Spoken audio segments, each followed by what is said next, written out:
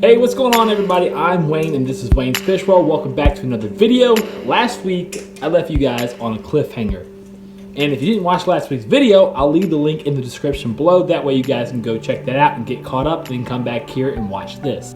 Okay, so in last week, we went to the local fish store and the owner's pond started leaking a couple months ago and they had to buy an index pool and basically house their koi in the back of the warehouse behind in the back of the local fish store. So in that video, you guys were side by side with me. We were taking a look at the fish at the back of the pet store in the index pool. Really cool fish. You usually don't see koi that big. And at the end of the video, I told you guys that I left with some fish. Okay, I'm gonna say this now. I knew I was going to go get those fish before I even thought about filming this video. You see, what happened was, my local fish store got in these albino aeropaimas. Nah, I'm just kidding. We didn't get aeropaimas. And everyone's hitting the dislike button right now. Oh well. In reality, what I did end up coming home with were 4 fish for 3 different tanks. I ended up getting both of the Shubunkins that were in the Laguna Pond below.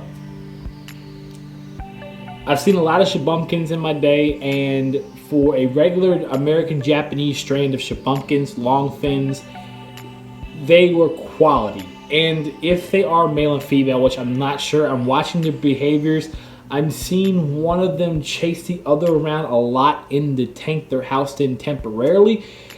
But if they are male and female, next spring I'm definitely going to try to breed them. But these fish have a lot of different characteristics that are ideal for breeding Shubunkins. For one, the American Japanese strain are known for their long finnage. They almost look like butterfly kois, except they don't have the barbs. They've got good saturation colors and their overall size.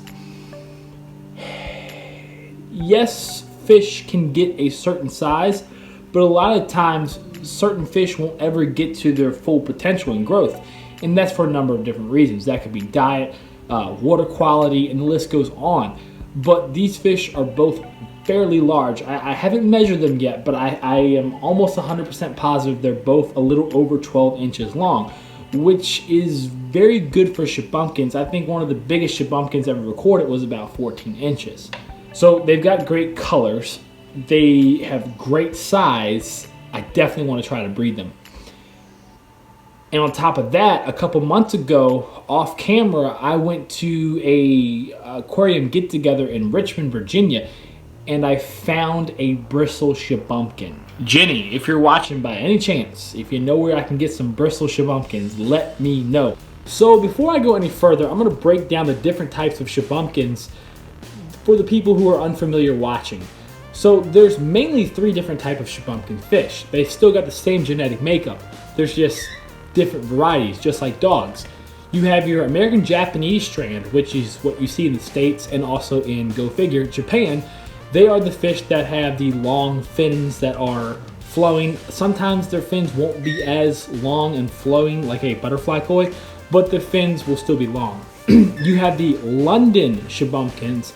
The London Shubunkins are kind of stout. They have a regular Shubunkin front half, and then the end is really short. They have a little tail, and they're kind of little stout little guys, like Oompa Loompas. And then the one that I'm after, and I actually have one, are the bristle Shubunkins. Bristle Shubunkins look just like the American Japanese Shubunkins, except for the fact that their tails are shaped almost like a bee or like a heart. Instead of having the tails that, you know, fork out like long streamers, the fin actually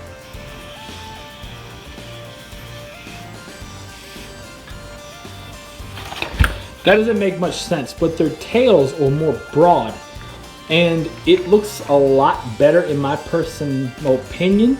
But then again, the 2 Shubunkins I just purchased are long finned and they look pretty good.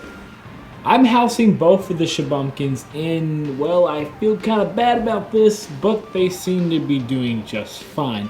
And it's only temporarily. but they are in a 55-gallon aquarium right now. I have a 75-gallon African cichlid tank established with a few Africans in it, and I was thinking about taking those cichlids out and putting the Shubunkins in there, but I didn't do that. And if I had felt like the Shubunkins were too crowded in the 55, I was already prepared to transfer them over to the 75 and then transfer the Africans over to the 55. Now this 55-gallon was not set up prior.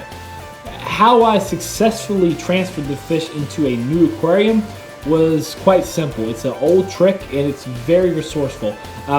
It's very handy to have biomedia on hand in some type of form. Either that be your substrate, biomedia in a bag, a reactor, hang on the back filter, or a canister filter. Take this as a disclaimer, and I don't want you guys going out there trying things and then having different results or bad results. What I did was basically, I have a lot of Aquarium 55, 75 hang on the back filters. I stand by them. If you stand by AquaClears or another filter, that's great. It's not a debate about filters. I can already see it in the comment section below. If you got a filter you like, that's great. But I like my Aquariums and I stand by them. So what I did basically was I took the 2 filter cartridges in the back and I transferred them over to the hang on the back filter in that tank. Then I ended up putting some new substrate in the aquarium. I let it cycle. I let it run for a couple days. I kept the water level a little below the outtake of the filter. That way it can get proper agitation on the surface so I can get good gas exchange. That's very vital when it comes to goldfish. Then in a couple days, I went to go pick them up. I put them in the aquarium. I was closely monitoring those 2 fish for the next couple of days, and they seemed to be doing great. They were eating. The tank didn't have a mini cycle. It didn't backfire. It was going quite well. Now the reason I want to tell you guys be careful with doing that is because you know, Dirty D Dustin always says, you know, a lot of plants and a little bit of fish. Understock your tanks, and especially if you don't have a cycled aquarium. You can have cycled media, but if you have a bio load that surpasses the biomedia, then that's like putting a Honda Civic engine in an F350 and expect it to tow all day. It's just not going to happen. So if you guys end up doing something like that in the future, just be very careful with that. I know a few other YouTubers have talked about using biomedia and transferring over. That's great and it does work, but you gotta make sure you're taking baby steps. You don't want to get cocky and overconfident and put a lot of fish in there all at once. This system still has to age, mature. It will go through its little ups and downs and spikes until it reaches stability. So just keep that in mind. These 2 Shubunkin are going to stay in the 55-gallon until spring breaks. I do plan on moving them outside, either in a pond that I kind of want to build, or more realistically, they're going to be transferred over into a 365-gallon pond.